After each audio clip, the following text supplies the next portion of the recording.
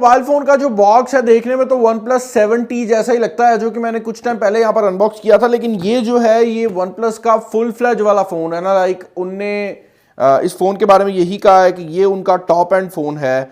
जो वेरिएंट मेरे पास यहाँ पर मौजूद है ये 8 GB रैम 256 GB की इंटरनल स्टोरेज वाला है। और मैं यहाँ पर जो इसकी रैपिंग है इसको रिमूव कर लेता हूँ।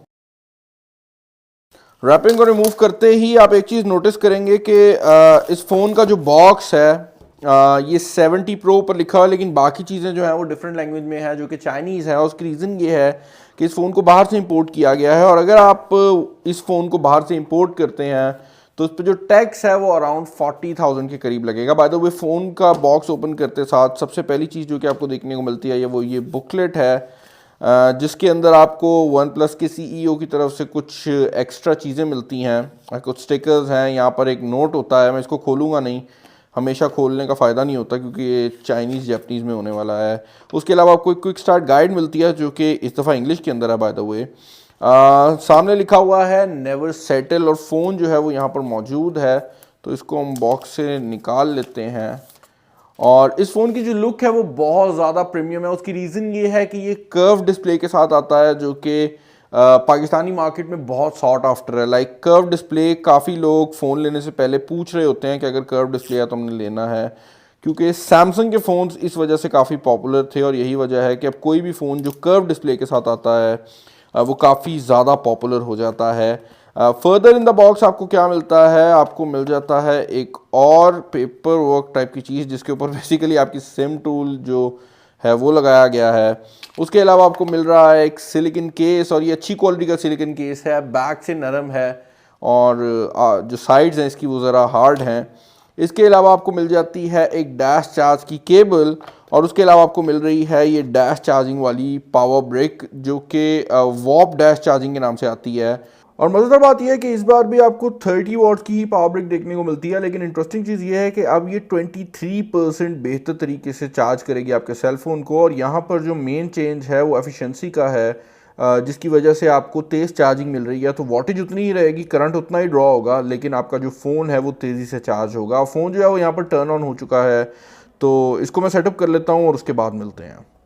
ओके, जो फ़ोन है वो यहाँ पर फाइनली सेटअप हो गया है। आपको इसके स्क्रीन के अंदर जो इन डिस्प्ले फिंगरप्रिंट स्कैनर है वो भी देखने को मिल जाता है, और इस फ़ोन के अंदर फेस आईडी की सपोर्ट भी दी गई है।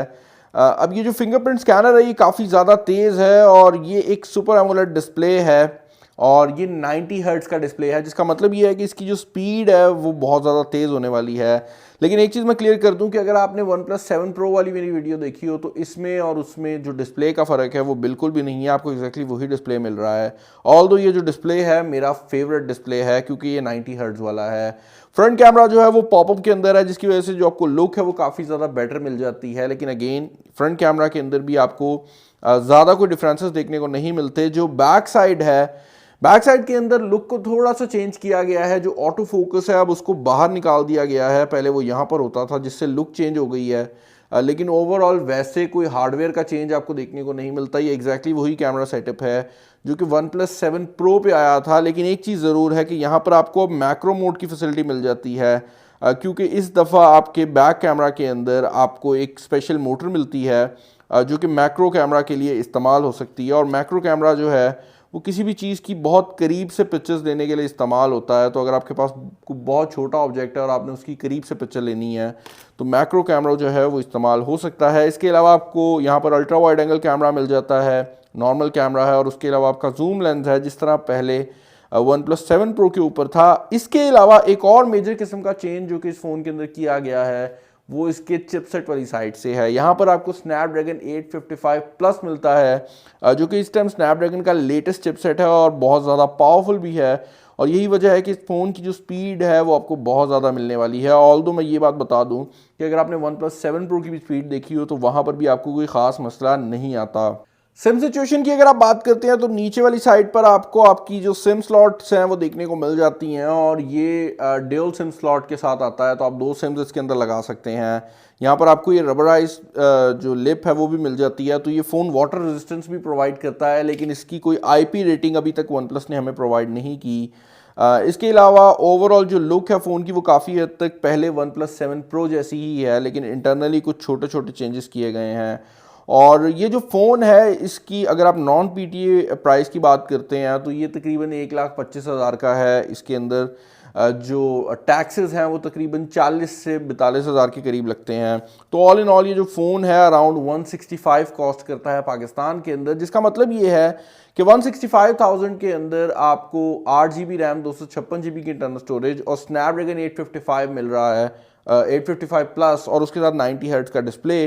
तो ओवरऑल ये जो फ़ोन है एक काफ़ी फुल फ्लैश डिवाइस है। और अब की बार अगर मेरे से कोई पूछे कि वन प्लस 7 प्रो या 7T प्रो के बारे में आपकी क्या ओपिनियंस है, तो मैं ये कहूँगा कि इस पॉइंट पर जो वन प्लस की जगह थी मार्केट के अंदर पहले, वो रियलमी की डिवाइसेस ने ले लिया, जहाँ पर रियलमी X2 जैसी डिवाइसेस आ रही हैं जो कि आपको best price to performance ratio provide कर रही हैं। जबकि वन प्लस जो है अब वो एक फ्लैगशिप कंपनी बन चुकी है और इनकी जो डिवाइसेस हैं उसी हिसाब से आ रही हैं। मैं ये नहीं कह रहा कि ये बहुत ज़्यादा महंगी है, मैं ये कह रहा हूँ कि अब ये भी मुकम्मल तौर पर फ्लैगशिप डिवाइसेस हो गई हैं और ये डायरेक्टली फ्लैगशिप्स के साथ compete कर रहे हैं, जिसकी वजह से अब ये कहना कि ये वन प्लस की डिवाइस एक फ्लैगशिप किलर है मेरे हिसाब से सही नहीं होगा। लेकिन ये ज़रूर कहा जा सकता है कि ये बजाते खुद एक फ्लैगशिप डिवाइस है। आई होप आपको आज की वीडियो पसंद आई होगी। अगर आप लोग चाहते हैं कि इस तरह की यूनिक किस्म की जो अनबॉक्सिंग है मैं आप लोगों के लिए लेकर आऊँ तो वीडियो को ज़रूर लाइक कीजिएगा, चैनल को सब्सक्राइब कर लें, इसके अलावा नोटिफिकेशन ज़रूर ऑन कर लें ताकि जब भी कोई नई वीडियो अपलोड हो आपको उसका नोटिफिकेशन आ जाए। इंस्टा पे फॉलो ज़रूर कर लीजिएगा।